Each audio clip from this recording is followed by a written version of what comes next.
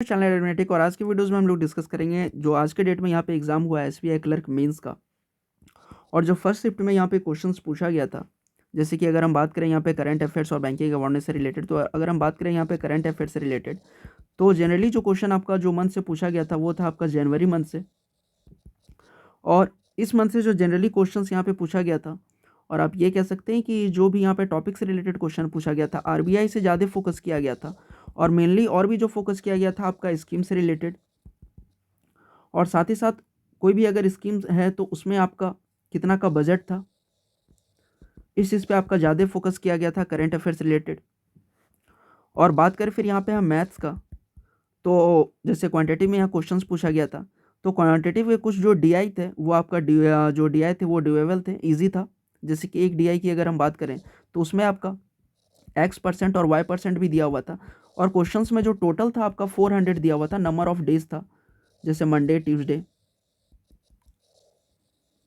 इस तरह करके डेज दिया हुआ था। और जो टोटल जो डेज का था वो एग्जैक्ट मुझे याद नहीं आ रहा, वो जो टोटल डेज का आपका दिया गया था वो आपका 400 था। और इसमें से जो डेज का था उसमें से 2 डेज का डिफरेंट दिया गया था, कि जो डिफरेंस था और वो दोनों आपका x% में था, जिससे कि आपको x% का वैल्यू फाइंड आउट करना था। और दोनों का डिफरेंस आपको मिला के दिया गया था। सपोज कीजिए अगर कोई भी 2 डेज का यहाँ पे डिफरेंस दिया गया था, हम अगर सपोज करते हैं मंडे वेडनेसडे या ट्यूसडे थर्सडे या कोई भी 2 डेज का, तो डिफरेंस आपका यहाँ पे 12% दिया था। तो यहाँ से आप इजिली x% का यहाँ पे फाइंड आउट कर सकते हैं। एंड देन आफ्टर आपको उस बेसिस पे जो क्वेश्चंस पूछा गया था डीआई में, आपका रेशियो था। फिर आपका पूछा गया था कि परसेंटेज इंक्रीज,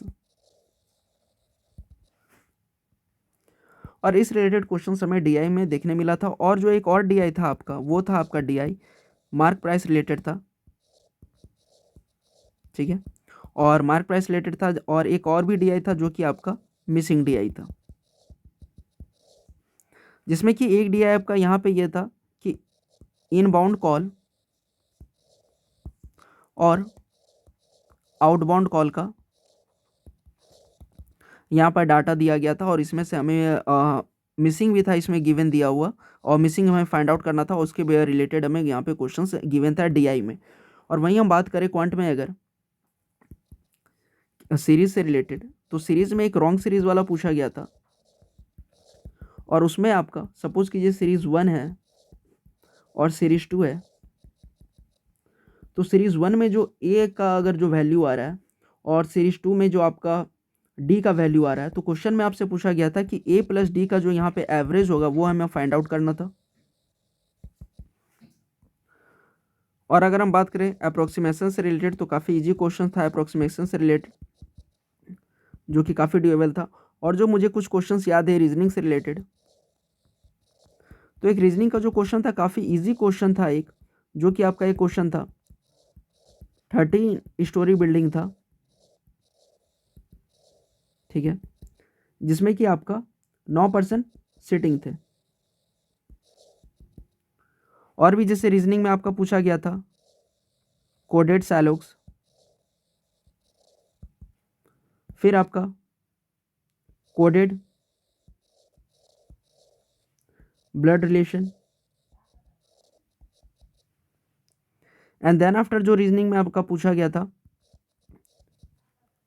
जो कि काफ़ी इजी था, वो था आपका इनइक्वालिटी का क्वेश्चन, ठीक है। तो ये मुझे कुछ क्वेश्चंस याद है रीजनिंग के, और जो मैंने कहा बाकी भी सब्जेक्ट के जो क्वेश्चंस बताए, जो कुछ क्वेश्चन मुझे याद थे वो मैंने आपको बता दिया, जो कि आप आने वाला जो शिफ्ट आपका है, जैसे देखिए 4 तारीख को एग्ज़ाम है, तो उन कैंडिडेट लोग के लिए ये बेनिफिशियल है। और फिर हम बात करें यहाँ पे इंग्लिश का, तो इंग्लिश के क्वेश्चंस जो यहाँ पे सब्जेक्ट में इंग्लिश का क्वेश्चन देखने को मिले थे, ये आपका ईजी टू मॉडरेट थे। और इसमें एक पैराग्राफ आपका ये जो इजी वे में पैराग्राफ पूछा गया था, ये था आपका फार्मर रिलेटेड, कि सपोज एक आदमी था जो कि कुछ भी काम कर रहा था, वो फिर रिटायर हो गया, तो उसके बाद वो फार्मर रिलेटेड मतलब फार्मिंग करने लगा, इससे रिलेटेड एक पैराग्राफ आपका पूछा गया था। और फिर आपका जो रीअरेंजमेंट थे वो भी इजी था आपका इंग्लिश में।